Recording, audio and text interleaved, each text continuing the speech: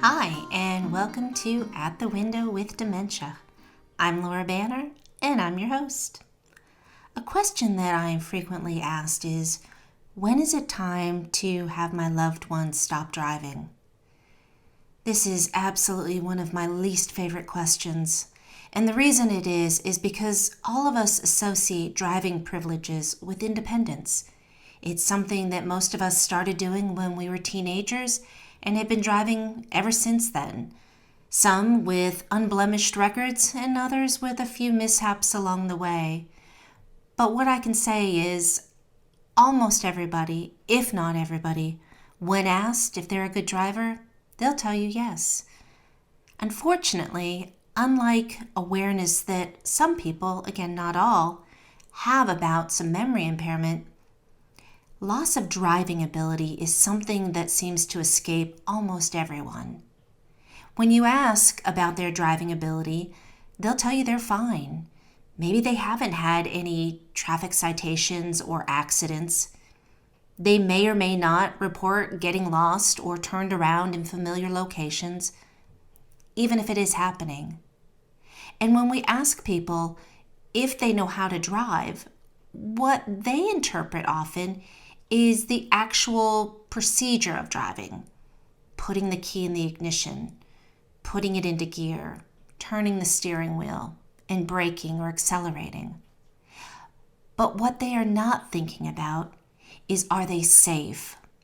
What is their response time? What happens in that split second when they have to make a decision because someone else pulled out in front of them? Are they prepared?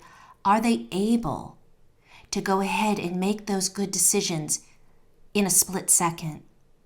And this is where it gets really tricky. It's definitely one of my least favorite parts of my clinic practice.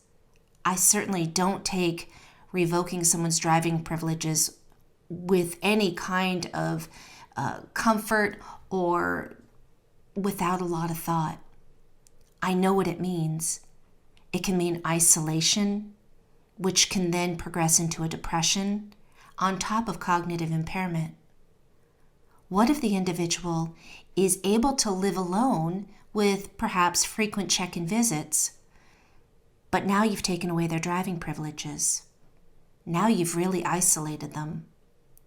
Most people don't want to ask others to take them to the grocery store or to the shopping mall. And a lot of people really just enjoy the actual activity of driving. So taking it away is something that weighs very heavy on my heart. But that said, what I've always tried to rely on to guide my clinical judgment is by putting safety first. And I want you to think about that. Keep safety in the very front of your mind when you're thinking about whether or not your loved one should continue driving. The reality is, it's very uncomfortable as a child to go ahead and tell your parent, regardless of age, that they can no longer perform an activity. It feels unnatural, and it actually is, but it doesn't mean that it's not what needs to happen.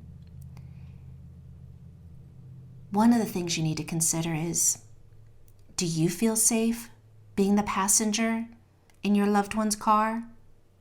A lot of people will say, well, I'll only let them drive if I'm in the car with them. But think that through. What does that really do? Absolutely nothing. Because again, going back to that split second, can the passenger go ahead and put their foot on the brake or on the accelerator? Can they go ahead and grab the wheel away from the driver and make an appropriate turn to avoid something? Probably not. But I think it just makes us comfortable to be able to say, I only let them drive when I'm in the car. So if you find yourself saying that, or if you won't even drive with your loved one in the car, then it's probably time to decide to take away their driving privileges. And I know it's not comfortable and it's not easy, but if you're not willing to drive in the car with your loved one, then is it really safe to everyone else out there, and in fact even to your loved one, to allow them to continue to drive? Again, you have to think about safety first, because it has to be what guides your decisions. It has to be the highest priority for the safety of everybody. And if you're, then by all means, let your loved one's healthcare provider be the one to take away the driving privileges. It's that important. It can't be neglected. It can't be pushed off. It shocks me. Well, shocked probably isn't the right word. It saddens me how many people are driving out there, yet they can barely string together enough words to make a coherent sentence. It's frightening. We have to do what's in the best interest of everyone, even when it's uncomfortable and we don't want to do it. Let me tell you, I don't take this lightly. I've talked about my mom on podcasts before. And as most of you know, she lives with me, and she is struggling with memory issues. I will drive with her, but I don't enjoy it.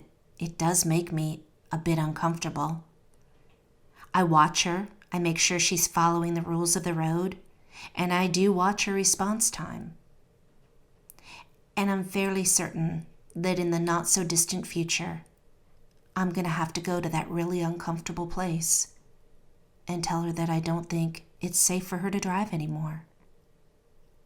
I get lots of different responses when I tell people that I don't want them to drive.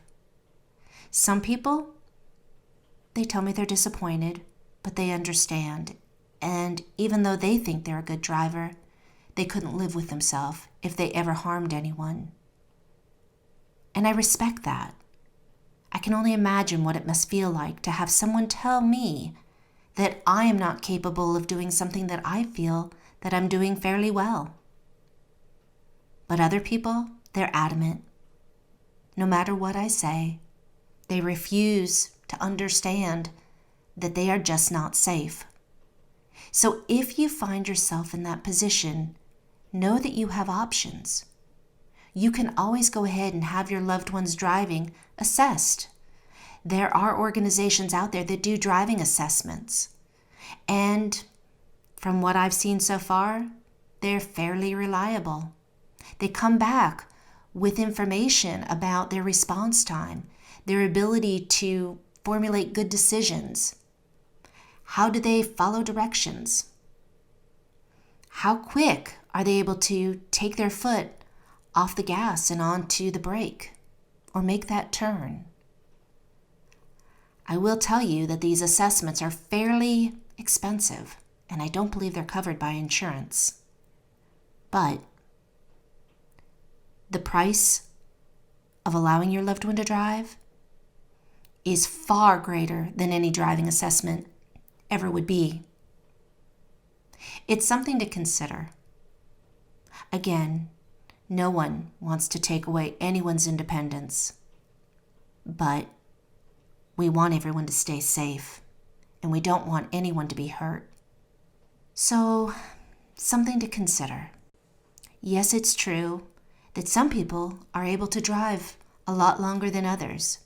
And some people, depending on where in their brain they're really impacted most, they have to give up driving a bit sooner than others.